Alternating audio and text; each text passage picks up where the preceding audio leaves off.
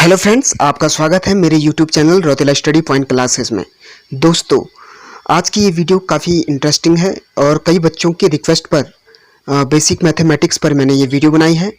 इसलिए ये video students के लिए तो इम्पोर्टेंट है ही, साथ ही आने वाले कॉम्पिटिटिव एग्जाम्स के लिए भी काफ़ी इंपॉर्टेंट है।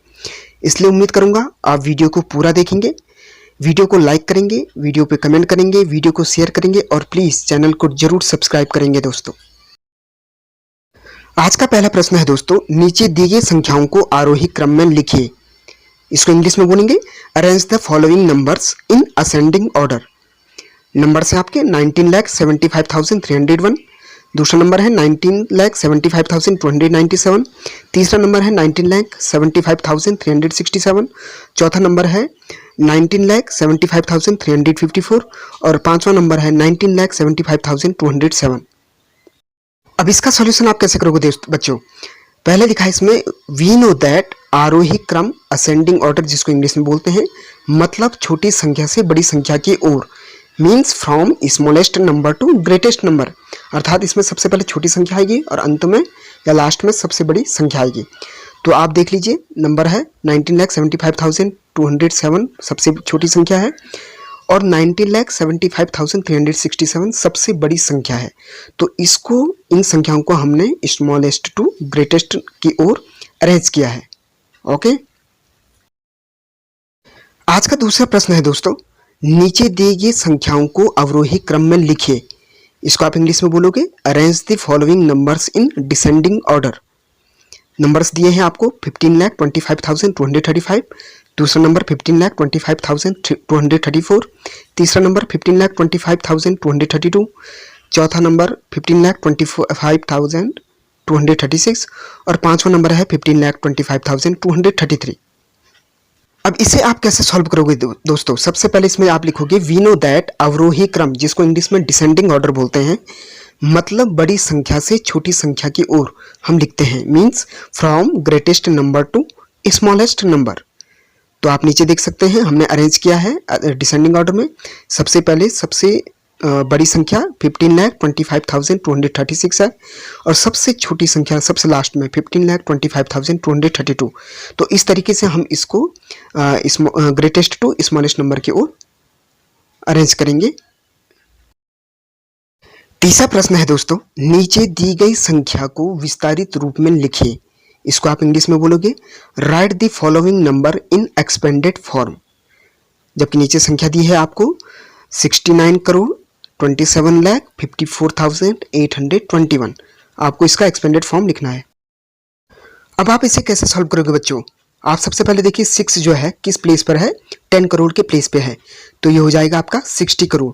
उसके बाद 9 देखिए, 9 किस प्लेस पर है, करोड़ के प्लेस पे है, तो ये 9 करोड़ हो गया। उसके बाद जो 2 है वो किस प्लेस पर है, 10 लाख के प्लेस पे है, तो ये 20 लाख होगा। उसके बाद 7 देखिए आप लाख के प्लेस पर है तो 7 लाख। उसके बाद 5 जो है 10,000 के प्लेस पे है तो 50,000। 4 जो है 1000 के प्लेस पे है तो 4,000। 8 जो है 100 के प्लेस पे है तो 800। 2 जो है 10 के प्लेस पे है तो 20 हो जाएगा, 2 टेंस। और 1 जो है 1s के प्लेस पे है तो 1 हो जाएगा। तो ऐसे करके आप इसको प्लस के रूप में लेके इसका एक्सपेंडेड फॉर्म लिखोगे। अगला प्रश्न जो है बच्चों, ये है वर्ल्ड प्रॉब्लम से रिलेटेड। ठीक है, तो इसमें क्या बोला है कि लक्ष्मी के बैंक खाते में सोमवार को 2,46,191 रुपये थे। मंगलवार को उसने अपने खाते से 4,29,620 रुपये जमा किए और लेकिन शुक्रवार को उसने अपने खाते से 6,07,290 रुपये निकाल लिए। तो अब आपको बताना है कि उसके बैंक खाते में कितने रुपये शेष रह गए। इसको अगर इंग्लिश में बोलेंगे तो कैसे बोलेंगे, Lakshmi had 2,46,191 rupee in her bank account on Monday. She deposited 4,29,620 rupee in her account on Tuesday and withdraw 6,07,290 rupee from the account on Friday. तो how much balance was left in her account? ये आपको find करना है बच्चों। अब आप इसे जब सॉल्व करोगे तो इसे आप स्टेटमेंट वाइज सॉल्व करोगे। सबसे पहले आप लिखोगे rupees on Monday is equal to 2,46,191। उसके बाद उसने डिपॉजिट किया, डिपॉजिटेड ऑन ट्यूसडे 4,29,620। तो टोटल मनी कितना हो गया? आप दोनों को प्लस कर दोगे, ऐड कर दोगे, तो ये आया 6,75,811 रुपीज़। तो ये टोटल मनी उसके पास है। But she withdraw on Friday, उसने शुक्रवार को कितने रुपए निकाले? 6,07,290 रुपीज़ अपने अकाउंट से निकाले। तो अब उसके पास मनी कितना लेफ्ट हो गया, कितना मनी बच गया? तो आप सब्ट्रैक्ट कर दोगे तो ये आएगा आपका आंसर 68,521 रुपीज़ अब उसके पास उसके अकाउंट में बच गए। ओके, अगला प्रश्न भी वर्ड प्रॉब्लम से रिलेटेड है बच्चों। ये क्या कह रहा है कि किसी बगीचे में कुल 201 पंक्तियां हैं, प्रत्येक पंक्ति में आम के 55,127 पेड़ लगे हैं। तो बताइए उस बगीचे में आम के कुल कितने पेड़ लगे हैं? इसको इंग्लिश में कैसे बोलेंगे? In a garden there are 201 rose, in each row 55,127 mango trees are planted. Now find that how many total mango trees are planted in the garden. अब आप इसे कैसे सॉल्व करोगे बच्चों? सबसे पहले आप लिखोगे number of mango trees in each row, यानी कि प्रत्येक पंक्ति में कितने मैंगो हैं? 55,127। उसके बाद आप लिखोगे नीचे से नेक्स्ट लाइन में नंबर ऑफ रोज, यानी कि कितनी पंक्तियां हैं, पंक्तियों की संख्या कितनी है? 201। तो इसलिए हमको टोटल नंबर ऑफ मैंगो निकालना है भाई। वो एक वन रो में कितने हैं? 55,127 है। तो 201 रो में कितने होंगे? ज़्यादा होंगे, इसलिए यू विल डू मल्टीप्लाई। तो फर्स्ट ऑफ ऑल आप 1 से मल्टीप्लाई करोगे तो ये आएगा आपका 55,127। उसके बाद आप जब 0 से मल्टीप्लाई करोगे तो 0 से आप जानते हैं जब मल्टीप्लाई करते हैं तो 0 आएगा। उसके बाद आप 2 से मल्टीप्लाई करोगे तो 2 से मल्टीप्लाई करके ये 1,10,254 आएगा। और उसके बाद लास्ट में मल्टीप्लाई करने के बाद आप ऐड करोगे तो ये आएगा 1,10,80,527 मैंगोज। अगला प्रश्न भी बच्चों वर्ड प्रॉब्लम से रिलेटेड है कि किसी ट्रक में कुल 5,075 सेबों को कुछ डिब्बों में बंद करके लादा गया है। यदि प्रत्येक डिब्बे में 25 सेब भरे गए हैं तो बताइए ट्रक में कुल कितने डिब्बे रखे गए हैं? इसको इंग्लिश में कैसे बोलेंगे? There are 5,075 apples are packed in some boxes and loaded on a truck. If 25 apples are packed in each box then find the number of total boxes loaded in the truck. अब आप इसे कैसे solve करोगे बच्चों? सबसे पहले आप लिखोगे number of apples loaded in the truck, अर्थात ट्रक में कितने सेब, टोटल कितने सेब लोड हैं? 5,075। उसके बाद नेक्स्ट लाइन में लिखोगे आप number of apples in each box, यानी कि प्रत्येक बॉक्स में कितने एप्पल हैं? 25। तो लास्ट में लिखोगे आप so number of boxes loaded in the truck, इसलिए ट्रक में कुल कितने बॉक्स लोडेड हैं? तो वो लिखोगे आप आंसर 203। और ये आंसर आएगा आपका बेटा, आप लोग डिवाइड करोगे 25 का डिवाइड करोगे आप 5,075 में और आपका आंसर आएगा 203 बॉक्सेस। अगला प्रश्न है बच्चों 30 और 76 का अभाज्य गुणनखंड विधि से महत्तम समापवर्तक निकालिए। इसको इंग्लिश में आप बोलोगे फाइंड हाईएस्ट कॉमन फैक्टर अर्थात HCF of 30 and 76 by prime factorization method.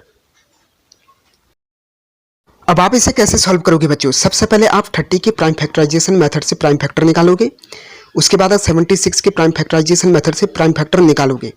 तो 30 के प्राइम फैक्टर क्या होगी बेटा? 30 is equal to 2 into 3 into 5 and 76 के प्राइम फैक्टर क्या होगी? 2 इंटू 2 इंटू 19। अब आप देखोगे बेटा जो ऊपर भी है और ऐसा कौन सा डिजिट है या ऐसा कौन सा प्राइम फैक्टर है जो कि ऊपर वाली में भी है और नीचे वाली यानी कि 30 में भी है और 76 में भी है, तो वो है बेटा 2। सो HCF क्या हो जाएगा आपका, यानी कि मॉसोपो क्या हो जाएगा? 2। नेक्स्ट क्वेश्चन है बच्चों एलसीएम से रिलेटेड, यानी कि 24, 30 और 50 का अभाज्य गुणनखंड विधि के द्वारा लघुत्तम समापवर्त निकालिए।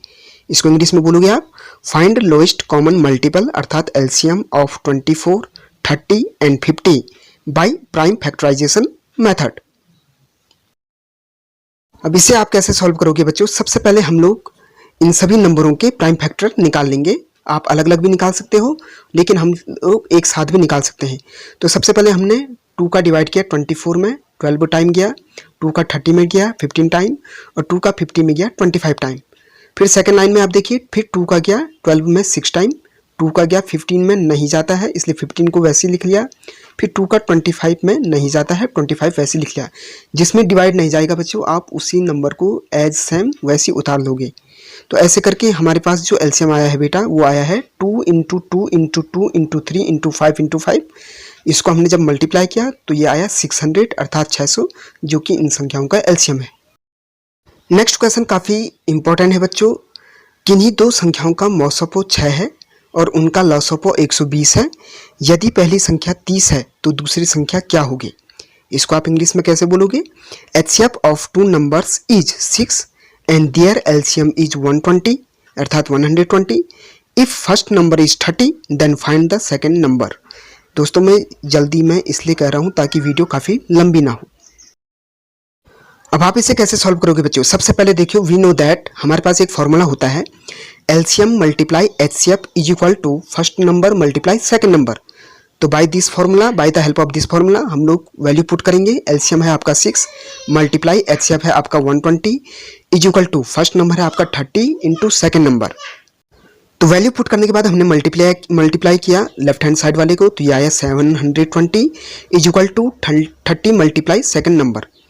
उसके बाद अब क्योंकि हमको सेकंड नंबर निकालना है तो second number is equal to 720 divided by 30, तो ये हो जाएगा second number is equal to 24।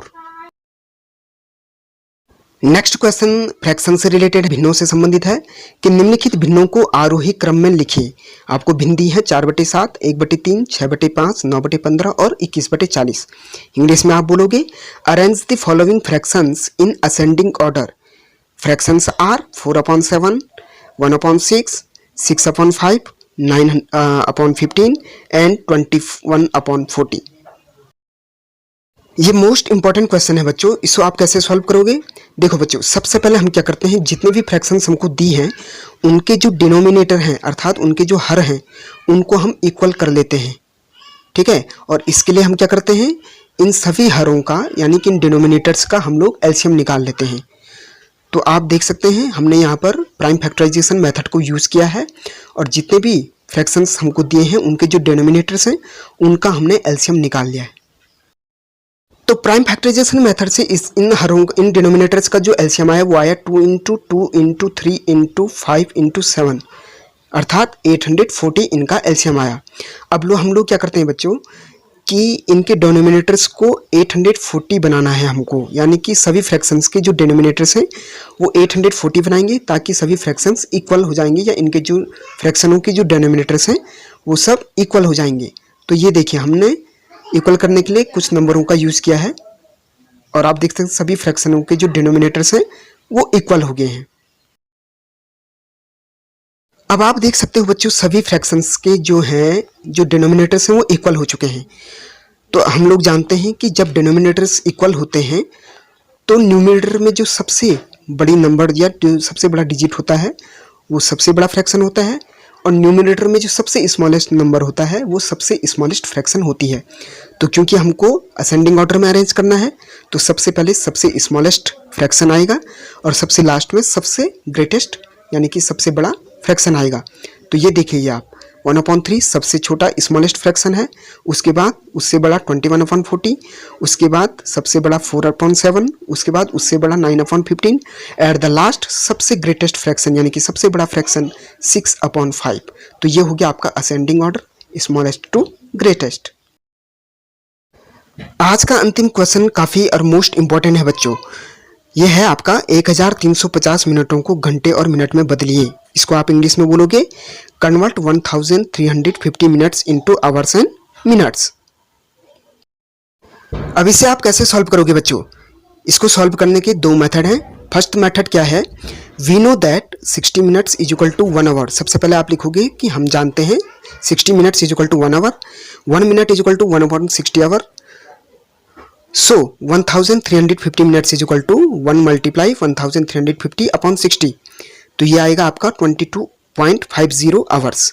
तो इसमें 22 यानी कि डेसिमल पॉइंट से पहले 22 है तो ये है आपका आवर्स और डेसिमल पॉइंट के बाद 50 है ये है, इसको आप 60 से मल्टीप्लाई करोगे तो 60 से मल्टीप्लाई करके ये आएगा आपका 30 मिनट्स।